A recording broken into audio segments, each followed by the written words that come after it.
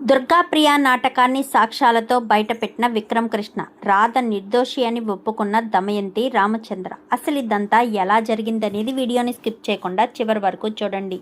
నువ్వు లేక నేను లేను అప్కమింగ్ ఎపిసోడ్స్లో ఏం జరగబోతుందో ముందుగా తెలుసుకోవాలి అనుకుంటే వీడియోని లైక్ చేసి ఛానల్ని సబ్స్క్రైబ్ చేసుకుని పక్కనే ఉన్న బెల్ సింబల్లో ఆల్ పై క్లిక్ చేయండి. రాధా చిట్టి ఇద్దరు ఒకరేనన్న విషయం విక్కీ తెలుసుకోవాలని మీరు కూడా కోరుకుంటే కామెంట్లో ఎస్ అని టైప్ చేయండి. మొత్తం మీద చూసుకున్నట్లయితే ప్రియా ఇటు దుర్గ ఇద్దరు ప్లాన్ చేసుకుని ఇంకా దుర్గకు ఇటు రాధకు అక్రమ సంబంధం ఉందని క్రియేట్ చేయాలని పెద్ద ప్లానే చేస్తారు. ఇంకా గదిలోకి వచ్చి ఒక మూలన దాక్కుని నిజం చెప్తే షూట్ చేసేస్తాను అంటూ రాధని బెదిరించి వాళ్ళంతా లోపలికి వచ్చేటట్టు ప్రియ చేసి మొత్తానికైతే రాధ మీద నింద పడేటట్టుగా చేస్తుంది. దమయంతి ఇదే అవకాశంగా చూసుకొని ఇంట్లోంచి బయటకు గెంటేద్దామనుకుంటే ఇంకా 3 రోజుల సమయం ఉంది కదా వదిన, 3 రోజుల్లో నా కొడుకు నిర్దోషిగా నిరూపిస్తాడు, అప్పటి వరకు వెయిట్ చేయండి అంటూ చెప్పేసేసరికి ఇంకా తనకు మనసు ఒప్పకపోయినా 3 రోజుల్లో నిర్దోషిగా నిరూపించడం అసాధ్యమైన పని.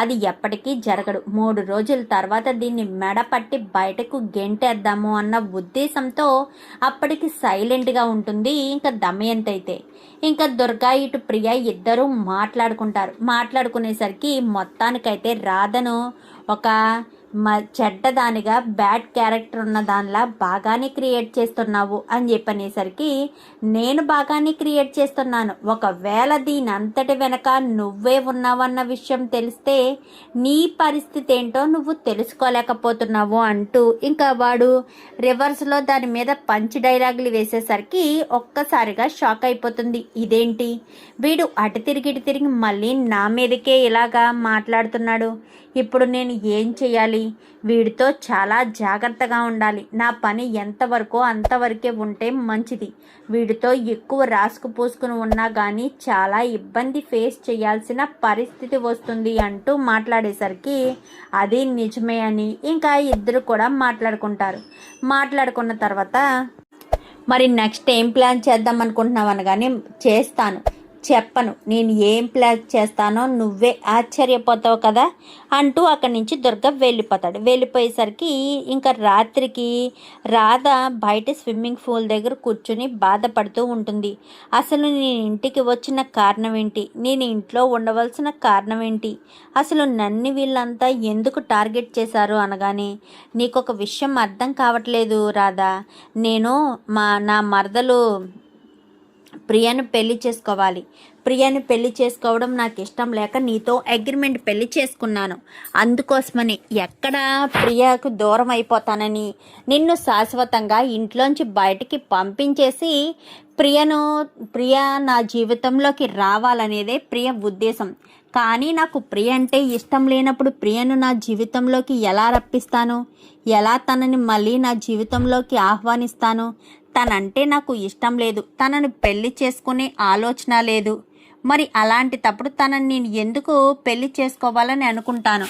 కానీ వాళ్ళు ప్లాన్ చేసి నా లైఫ్లోంచి నిన్ను శాశ్వతంగా దూరం చేయాలనేది వాళ్ళ ఉద్దేశం, అది ఎప్పటికీ జరగదు అంటూ మాట్లాడేసరికి ఇన్ని అవమానాలు పడుతూ నేను ఇంట్లో ఉండడం కంటే వెళ్ళిపోవడమే మంచిది, రేపు ఉదయాన్నే అందరికీ నిజం చెప్పి వెళ్ళిపోతాననగాని నీ మీద పడ్డ నింద నిజమో అబద్ధమో అని తేల్చుకోకుండానే వెళ్ళిపోతావా, మా ఇంట్లో వాళ్ళ ముందు ఒక దోషిలా నిలబడే వెళ్ళిపోతావా, అసలు అందరూ ఉన్న ఇంట్లోకి ఎలా వచ్చాడో ఒక్కసారైనా ఆలోచించావా, ఇంట్లో వాళ్ళు ఎవరైనా సహాయం చేస్తున్నారేమో ఆలోచించు రాధా, నువ్వు చదువుకున్నావు, తెలివితేటలున్న దానివి, ఆలోచించు, ఇంట్లో ప్రతి క్షణం ఉండేదానివి నువ్వు, నేనైతే స్టేషన్ పని మీద కేసుల పని మీద బయటికి వెళ్ళిపోతాను, ఇంట్లో వాళ్ళు ఎవరు నీతో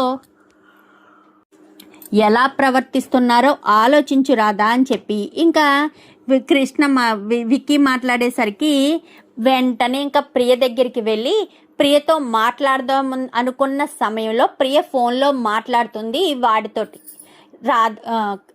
దుర్గతోటి మాట్లాడేసరికి ఆ రాధ బయట కూర్చొని ఏడుస్తూ ఉంది అనగానే నా రాధ ఏడుస్తుందా అంటూ మాట్లాడుతూ ఉండగానే వెనక నుంచి వెళ్ళి భుజం మీద చేయి వేసి తన వైపు తిప్పుకొని చెంప పగలగొడుతుంది. పిచ్చి పిచ్చి వేషాలు వేస్తే మాత్రం అస్సలు ఊరుకోను. దుర్గా లోపలికి రావడానికి కారణం నువ్వు. దుర్గా లోపలికి వచ్చాడు అన్న విషయం తెలుసుకుని కావాలనే నువ్వు అందరినీ తీసుకొచ్చి నన్ను తప్పుడు వ్యక్తిగా బ్లేమ్ చేయాలని చూస్తున్నావు కదా. చూడు ప్రియా, నువ్వు నీ జీవితం చూసుకో. నా జీవితం వైపు అడుగులు వేస్తే 2 కాళ్ళు విరగ్గొట్టేస్తాను. నువ్వే ఇదంతా చేసావు అన్నది నాకు ఏ మాత్రం ఎక్కడైనా చిన్న సాక్ష్యం కనిపించినా నిన్ను మాత్రం వదిలిపెట్టేదే లేదు అంటూ మాట్లాడేసరికి సరే అని ఇంకా ఏం మాట్లాడకుండా వెళ్ళిపోతుందా. కానీ రాధైతే వెళ్ళిపోయేసరికి ఎక్కడికి వెళ్ళావు రాధా అనగానే నాకు ఒకరి మీద అనుమానం వచ్చింది. ఎవరి మీద? ప్రియ మీదేనా అనేసరికి మీకు ప్రియ మీద అనుమానం ఉందా? ఉంది, అందుకే రేపొక ప్లాన్ చేశాను అనేసరికి ఏం ప్లాన్ చేశారు అనగానే ఎలాగా నువ్వు ఇప్పుడు ప్రియ దగ్గరికి వెళ్ళి ప్రియకు వార్నింగ్ ఇచ్చి వచ్చావు కదా, రేపు ఖచ్చితంగా ప్రియ దుర్గాను మీట్ అవ్వడానికి వెళ్తుంది. మనం ఆ సమయంలో తనని ఫాలో అయ్యి వాళ్ళిద్దరూ ఏం మాట్లాడుకుంటున్నారనేది వీడియో తీస్తే అది నువ్వు ఏ తప్పు చేయలేదని నిర్దోషిగా నిరూపించడానికి అవకాశం ఉంటుందనేసరికి వాళ్ళు అసలు ఏం మాట్లాడుకుంటారు, అది మనం సాక్ష్యంగా ఎలా చూపించగలుగుతాము?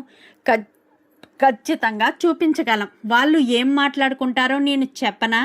ఆ ప్రియను మాత్రం వదిలిపెట్టొద్దు అని ఇదంటుంది ప్రియ అంటుంది. ఆ దుర్గా రాధ జోలికి వస్తే ఊరుకోను అంటాడు. అయినా రాధ నిన్ను ప్రేమించట్లేదు కదా అనగానే అలా వాళ్ళిద్దరి మధ్యలోనే డిస్కషన్ ఖచ్చితంగా వస్తుంది. ప్రియ ఎలాంటిదో తన మనస్తత్వం ఎలాంటిదో నేను అబ్జర్వ్ చేయగలను. ఒక పోలీసోడుగా ఎదుటి వాళ్ళు ఏం ఆలోచిస్తారు, ఎలా ఆలోచిస్తారు అని నేను అబ్జర్వ్ చేయగలను, నిఘా పెట్టగలను అని చెప్పి ఇంకా విక్కీ చెప్పేసేసరికి సరైతే రేపు గనక రాధ నేను ఇంట్లో ఉండగా బయటికి వెళ్తే ఓకే, నేను ఇంట్లో లేని సమయంలో తను బయటికి వెళ్తుంటే మాత్రం ఖచ్చితంగా నాకు ఇన్ఫామ్ చేసి నువ్వు స్టార్ట్ అవ్వు, నేను అటు నుంచి స్టార్ట్ అవుతాను అని చెప్పాను. కానీ సరేనని ఇంకా ఆ రోజు రాత్రికి ప్రశాంతంగా నిద్రపోతారు. నిద్రపోయేసరికి మరుసటి రోజు ఉదయాన్నే అప్పుడే రాధ బయటికి వస్తూ ఉండగా ప్రియ హడావిడిగా రెడీ అయ్యి బయలుదేరి బయటికి వెళ్తుంది. వెళ్ళడంతో వెంటనే ఫోన్ చేసి చెప్తుంది, అయితే నువ్వు తనని ఫాలో అవ్వు అనగానే సరే అని తన వెనకాల ఫాలో అవ్వడం మొదలు పెడుతుంది. ఇంకా అలా ఫాలో అవుతూ ముందు ప్రియ సరాసరి దుర్గను కలవడానికి ఒక పార్కు దగ్గరికి వెళ్తుంది. దూరం నుంచి చాటుగా చూస్తూ ఉంటుంది రాధ. చూస్తూ ఉండడంతో ఈలోపు విక్కీ వచ్చి రాధ భుజం మీద చేయి వేయడంతో తులిక్కి పడి వెనక్కి తిరిగి చూడడంతో కంగారు పడకు, నేనే, టెన్షన్ పడకు, వీడియో తీస్తున్నావు అనగానే లేదు అనేసరికి వీడియో పద, ఆ చెట్టు పక్కన నిలబడితే మాటలు కూడా వినిపిస్తాయని ఇంకా అటుపక్క ఒక చెట్టు ఉంటే ఆ చెట్టు పక్క దగ్గరికి వెళ్ళి నిలబడతారు.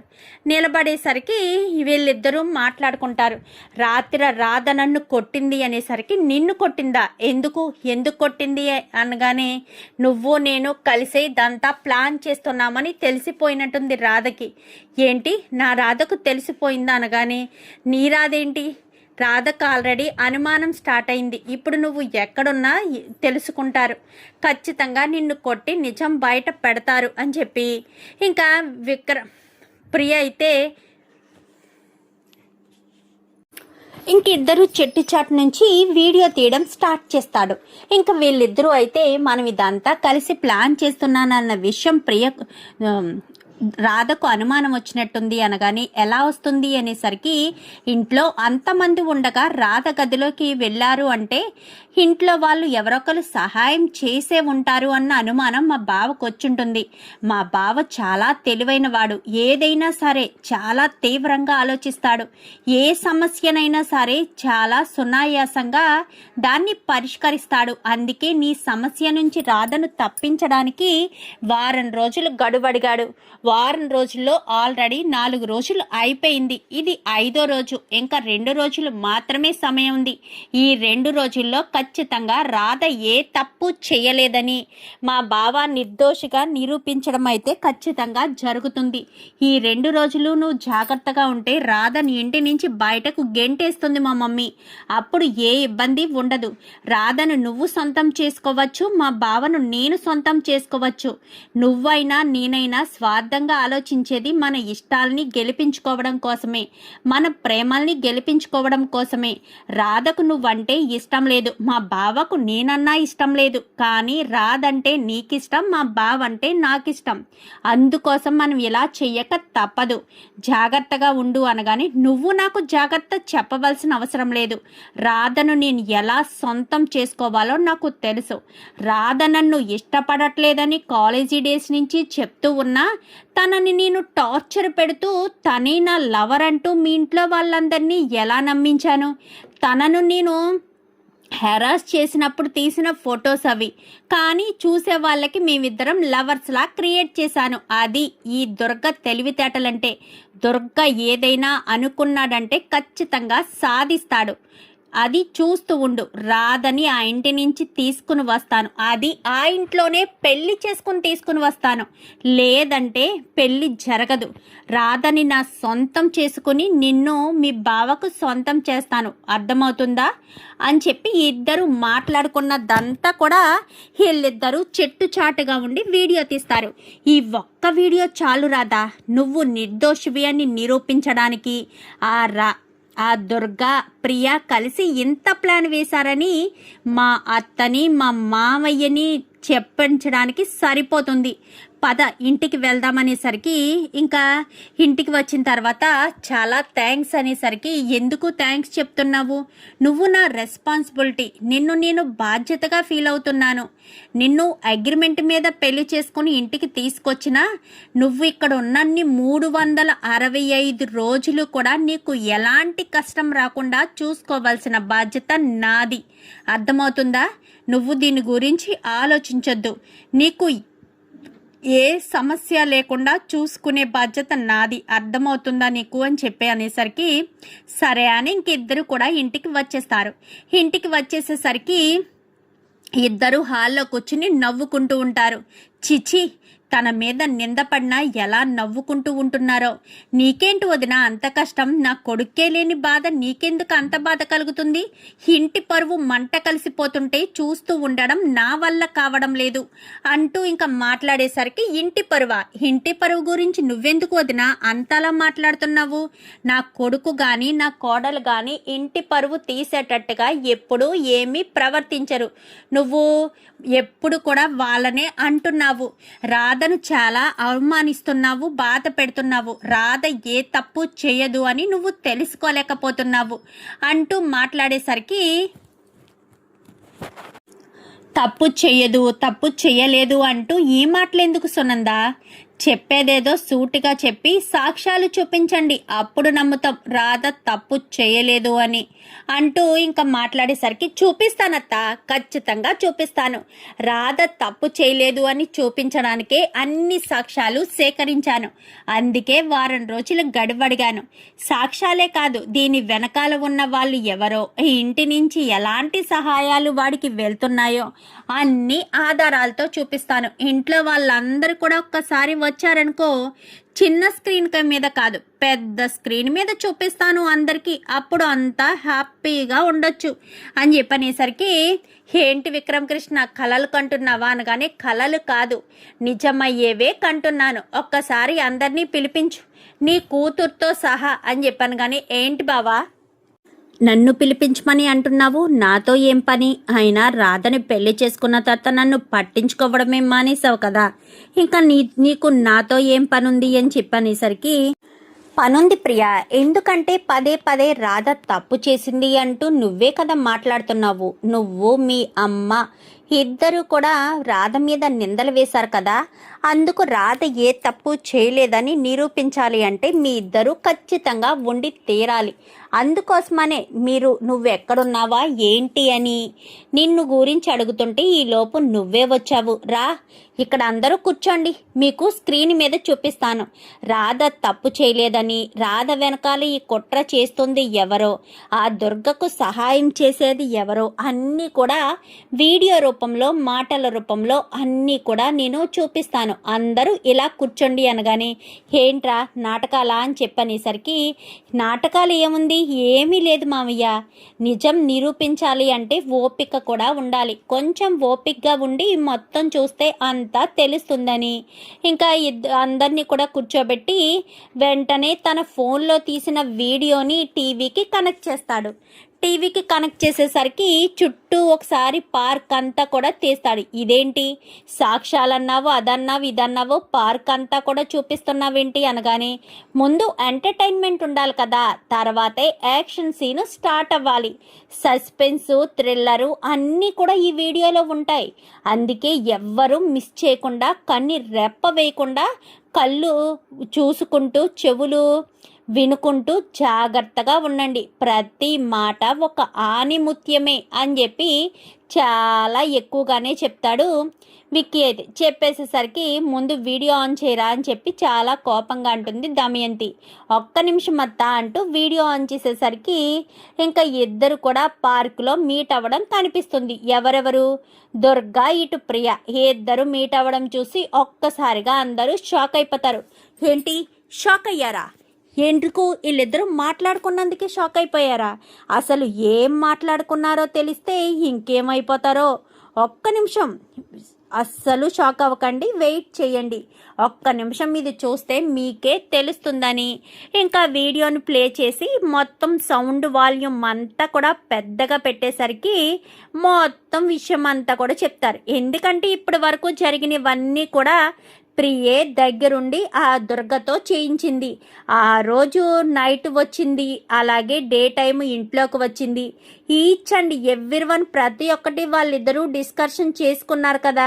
సో మొత్తం అన్నీ కూడా అక్కడ ప్లే అయ్యేసరికి ఒక్కసారిగా సునందకు చాలా కోపం వస్తుంది, పిచ్చ కోపం వస్తుంది. ఇటు సునందకైనా, నందగోపాల్కైనా, రామచంద్రకైనా ఈ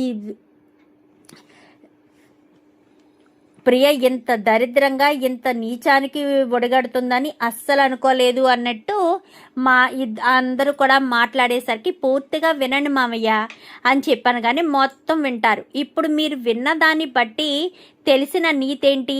ఏ దుర్గ అయితే రాధ నా లవరు, రాధ నేను ప్రేమించుకున్నాము అని చెప్పిన వాడే రాధను తను హెరాస్ చేశాడని, రాధను ఇబ్బంది పెట్టాడని వాడే వాడిని నోటితో ఒప్పుకున్నాడు. అలాగే ప్రియ ప్రతి విషయంలో కూడా వాడికి హెల్ప్ చేసింది. ఇంట్లోకి రావడానికైనా దేనికైనా సరే ప్రియే హెల్ప్ చేయడం అదంతా క్లియర్గా కనిపిస్తుంది. మొన్న నైట్ ఇంట్లోకి వచ్చింది వీడే, నిన్న ఇంట్లో చూశారు కదా. రాధ తప్పు చేసిందా?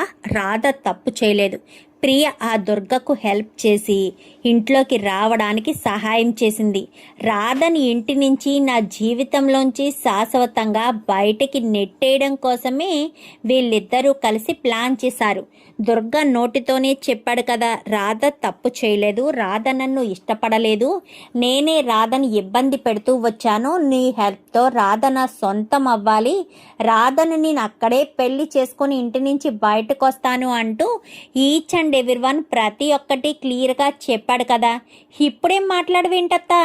తప్పు చేసింది నీ కూతురు, నా భార్య రాధ కాదు. నీ కూతురే వాడికి హెల్ప్ చేస్తుంది, నీ కూతురే వాడిని కలిసి వాడికి సలహాలు ఇస్తూ రాధని ఇక్కడి నుంచి తీసుకువెళ్ళిపోమని చెప్తుంది. నీ కూతుర్ని నేను ఇష్టపడుతున్నానని ఏ రోజు చెప్పలేదు కదా. నీ కూతుర్ని పెళ్లి చేసుకునే ఉద్దేశం కూడా నాకు లేదు. నాకు ప్రియ అంటే ఇష్టం లేదు, ఆ విషయం చెప్పాను. అయినా సరే వినిపించుకోకుండా బలవంతంగా పెళ్లి చేయాలని సిద్ధపడ్డారు. అప్పుడే నేను రాధను పెళ్లి చేసుకున్నాను. పెళ్లి చేసుకుని మేమిద్దరం సంతోషంగా ఉండి చూసి ఓర్వలేక ఆ దుర్గ ఇంట్లోకి ఎంట్రీ ఇస్తే ఆ దుర్గకు సహాయంగా ప్రియ కూడా వంత పాడుతూ ఇంకా దుర్గతో కలిసి ప్లాన్లు వేస్తూ నా భార్య రాధని ఇంటి నుంచి ఎలా పంపించాలా, ఎలా నా భార్యను నా నుంచి దూరం చేయాలా అని ప్లాన్లు వేస్తుంది. మరి అలాంటి తప్పుడు నేనేం చేయాలి, నేనేం చెయ్యగలను, అది అర్థమవుతుందా అసలు? అలా ఎలా చెప్తావు? నేనేం చేయగలను, నేనేం చెయ్యాలి అంటూ ఎలా చెప్పగలుగుతావు? చెప్పలేవు కదా. ఇప్పుడు చెప్పత్తా, తప్పు ఎవరు చేశారు? నా భార్యనా లేక నీ కూతురా? ఇప్పటికైనా నిజం ఒప్పుకో అత్త, నా భార్య తప్పు చేయలేదు, నిర్దోషి అని. ఏ మామయ్య, రాధ ఎలాంటిదో తెలిసింది కదా. ఇప్పుడు రాధ గురించి ఇప్పుడు నువ్వు ఏం మాట్లాడతావు, ఏమంటావు? చెప్పు చెప్పు మామయ్య. రాధ తప్పు చేసిందనే అంటావా, ఇంకాను చేయలేదంటావా అని చెప్పనేసరికి ఇంత నిజం నిర్భయంగా, పైగా సాక్ష్యాలతో కనిపిస్తూ ఉంటే రాధ తప్పు చేయలేదురా, కేవలం తప్పు చేసింది ప్రియా, ఆ దుర్గ. వాళ్ళిద్దరినీ మాత్రం ఎట్టి పరిస్థితుల్లో వదిలిపెట్టకూడదని నువ్వు చెప్పత్తా. రాధ తప్పు చేసింది అంటూ మాట్లాడావు కదా. ఇంటి పరువు పోతుంది అని ఓ తెగ తాపత్రయపడిపోయావు కదా. ఇప్పుడు ఇంటి పరువు ఎవరు వెళ్ళపోయింది? నీ కూతురు వల్ల, నా భార్య వల్ల. నీ కూతురు వెళ్ళి ఆ దుర్గగాడితో చేతులు కలపడం వల్ల పోయింది. అది గుర్తు పెట్టుకోకుండా ఇలా మాట్లాడితే మాత్రం ఊరుకోనత్త.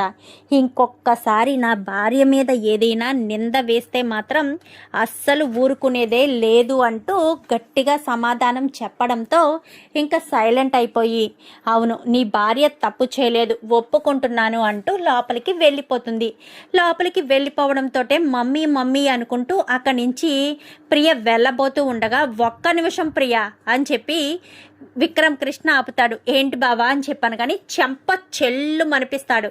ఇంకొకసారి నా భార్య విషయంలో ఇలాంటి పిచ్చి పిచ్చి వేషాలు వేసినా, నా భార్య జోలికి వచ్చినా ఇంకా క్షమించేది లేదు, అర్థమవుతుందా?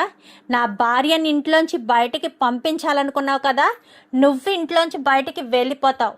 నా భార్య ఇంటి కోడలు, ఈ ఇంటి కోడలుగా తనకు సర్వ హక్కులు ఉన్నాయి.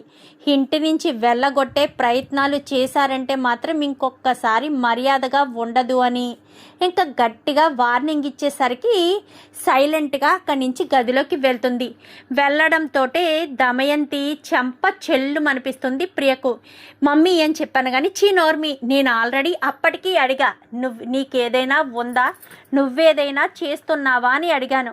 అడిగితే ఏం చెప్పావు? నేనేం చేయట్లేదు మమ్మీ, నేనెందుకు చేస్తాను అంటూ మాట్లాడావు. ఇప్పుడు నువ్వు చేయడం వల్లే కదా రెడ్ హ్యాండెడ్గా దొరికిపోయావు. వాడి దృష్టిలో వెదవల్ల కనిపిస్తున్నాము. అసలు నువ్వు అలా ఎలా చేయాలనిపించింది? మరి బావను పెళ్లి చేసుకోవాలి, బావ మీద ఇష్టాన్ని పెంచుకోమని చెప్పావు. సడన్గా రాధ వచ్చి రాధ పెళ్లి చేసుకుంటే మరి నా పరిస్థితి ఏమవ్వాలి మమ్మీ? నేనేమైపోవాలి? అందుకోసమనే రాధ బావ జీవితంలోంచి తప్పించి నేనే బావ జీవితంలోకి వెళ్ళాలనుకున్నాను. దానికోసం ఏదైనా చేయాలనుకున్నాను.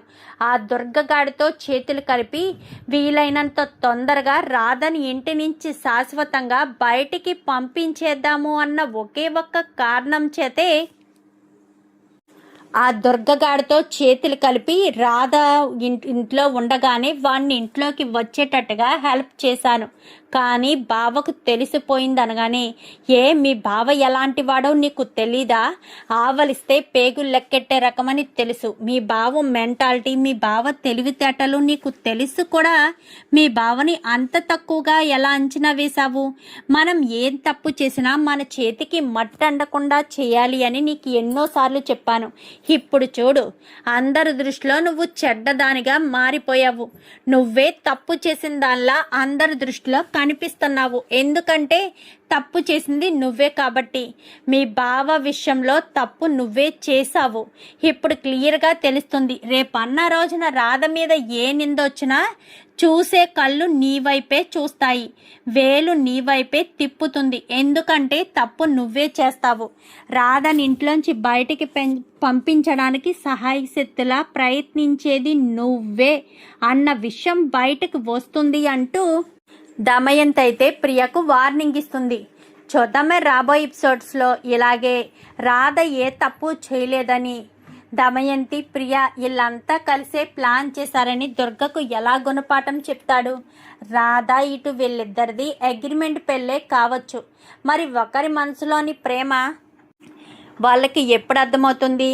ఇదంతా కూడా రాబోయే ఎపిసోడ్స్లో చూసి తెలుసుకునేద్దాం. మా వీడియో కనుక మీకు నచ్చినట్లయితే వెంటనే లైక్ చేసి ఛానల్ని సబ్స్క్రైబ్ చేసుకుని పక్కనే ఉన్న బెల్ సింబల్లో ఆల్ పై క్లిక్ చేయండి. Thank you for watching.